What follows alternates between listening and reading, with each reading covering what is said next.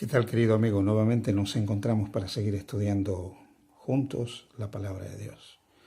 Hemos estado hablando durante estos días de la obra del Espíritu Santo y de qué manera es necesaria la obra del Espíritu Santo para nuestra preparación para la segunda venida de Jesús. El capítulo 16 del Evangelio de Juan es muy revelador en este sentido.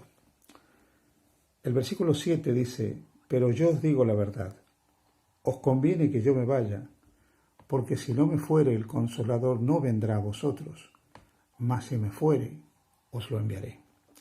¿Por qué dijo Jesús que era necesario que Él se fuera? ¿Por qué dijo Jesús que se tenía que apartar, que alejar, que tenía que irse para que finalmente el Consolador viniera a nosotros?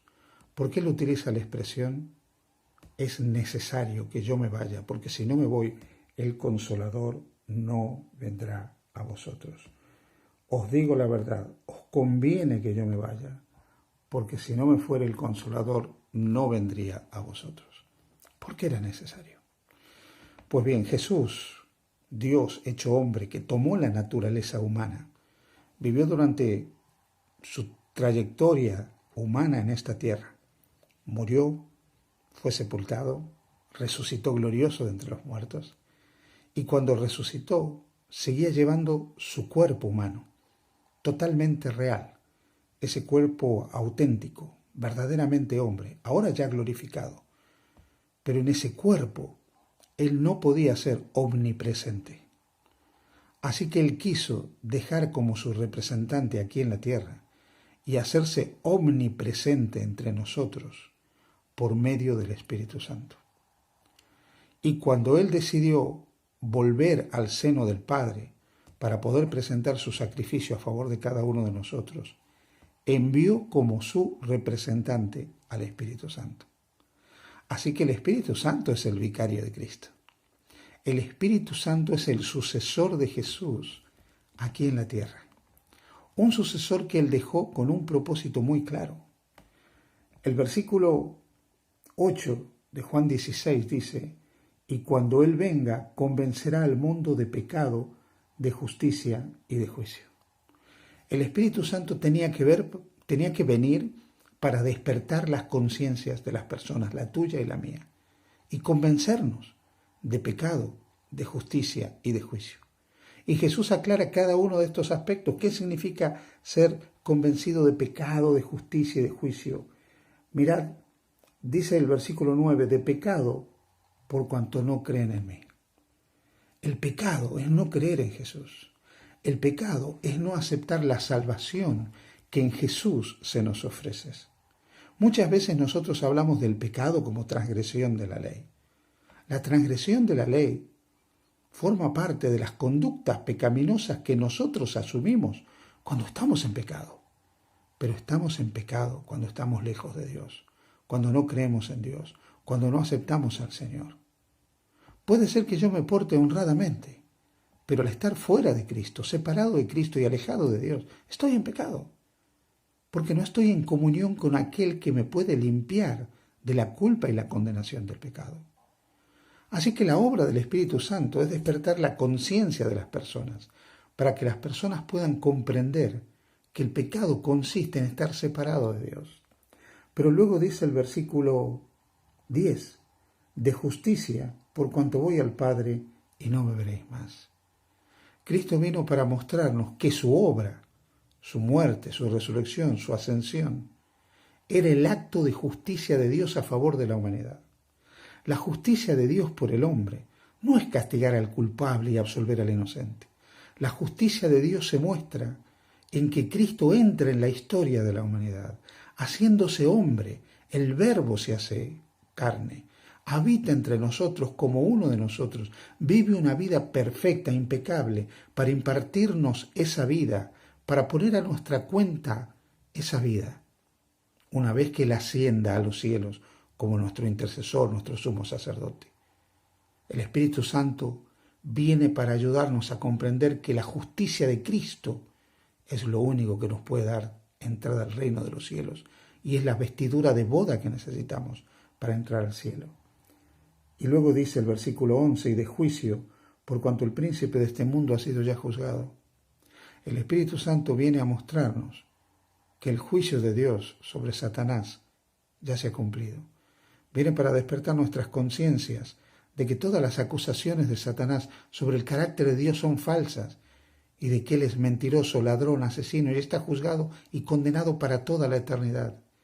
Y Dios es justo, bueno, compasivo y misericordioso al haber enviado a su Hijo a dar su vida por nosotros. Mucho más todavía. Si nosotros seguimos leyendo el capítulo 16, el versículo 13 nos dice: pero cuando venga el Espíritu de verdad, Él os guiará a toda la verdad, porque no hablará por su propia cuenta, sino que hablará todo lo que oyere y os hará saber las cosas que habrán de venir.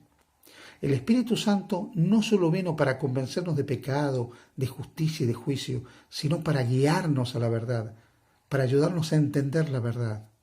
¿Y qué es la verdad? Juan capítulo 17, versículo 17 dice: santifícalos en tu verdad, tu palabra es verdad. Así que el Espíritu Santo nos lleva a la palabra, que es verdad. La obra del Espíritu Santo es guiarnos a la palabra y ayudarnos a comprender la palabra, iluminando nuestras mentes para que comprendamos la palabra, para que comprendamos esa palabra que tiene poder para transformarnos, para cambiarnos, para santificarnos. El Espíritu nos guía a la verdad y nos hace conocer lo que habrá de venir. Nos ayuda a comprender el sentido de la historia, nos ayuda a comprender las profecías, nos ayuda a entender el futuro como está revelado en las Sagradas Escrituras. Pero el versículo 14 dice algo más todavía: Él me glorificará porque tomará de lo mío y os lo hará saber. Quizás la obra más extraordinaria del Espíritu Santo no es solo convencernos de que somos pecadores, de que necesitamos la justicia de Cristo, de que Satanás está juzgado y está vencido, de que Él puede ayudarnos a entender la Escritura. Quizás la obra más extraordinaria del Espíritu Santo es glorificar a Jesús delante nuestro, es ayudarnos a comprender que Cristo es la gloria de Dios, es Dios hecho hombre, es aquel en el cual Dios revela toda su grandeza, todo su amor, toda su bondad, toda su compasión. Cristo es la revelación del carácter de Dios entre los hombres.